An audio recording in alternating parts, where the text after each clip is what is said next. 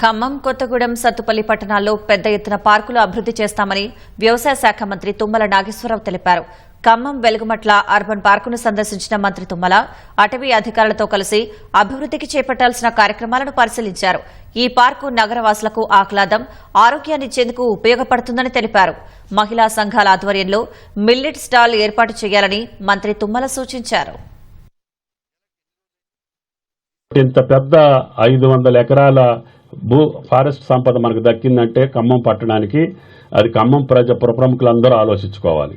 నేను రహదారికి శంకుస్థాపన చేసి 1 మంత్ అవుతుంది. కొంతమంది అనాలోచితంగా అవగాహన లేకుండా నా సెంటు బోద్ది లేకపోతే గజం బోద్ది ఎకరం బోద్ది అనుకుంటున్నారు.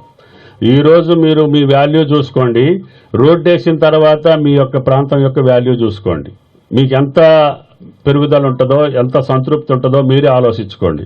కాబట్టి రహదారిలో ఉండే వాళ్ళందరినీ కూడా కలెక్టర్ గారు మాట్లాడారు, చాలా మంది అగ్రి అయ్యారు.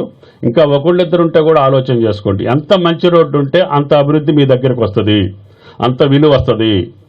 మీకే ఇంత ఫారెస్ట్ బ్లాక్ డెవలప్ అయితే ఈ పక్కన ఉన్నటువంటి అపార్ట్మెంట్స్కి కానీ గృహ సముదాయాలకు కానీ ఏ కట్టడాలున్నా కూడా మీ ఆరోగ్యాలు కూడా బాగుపడతాయి.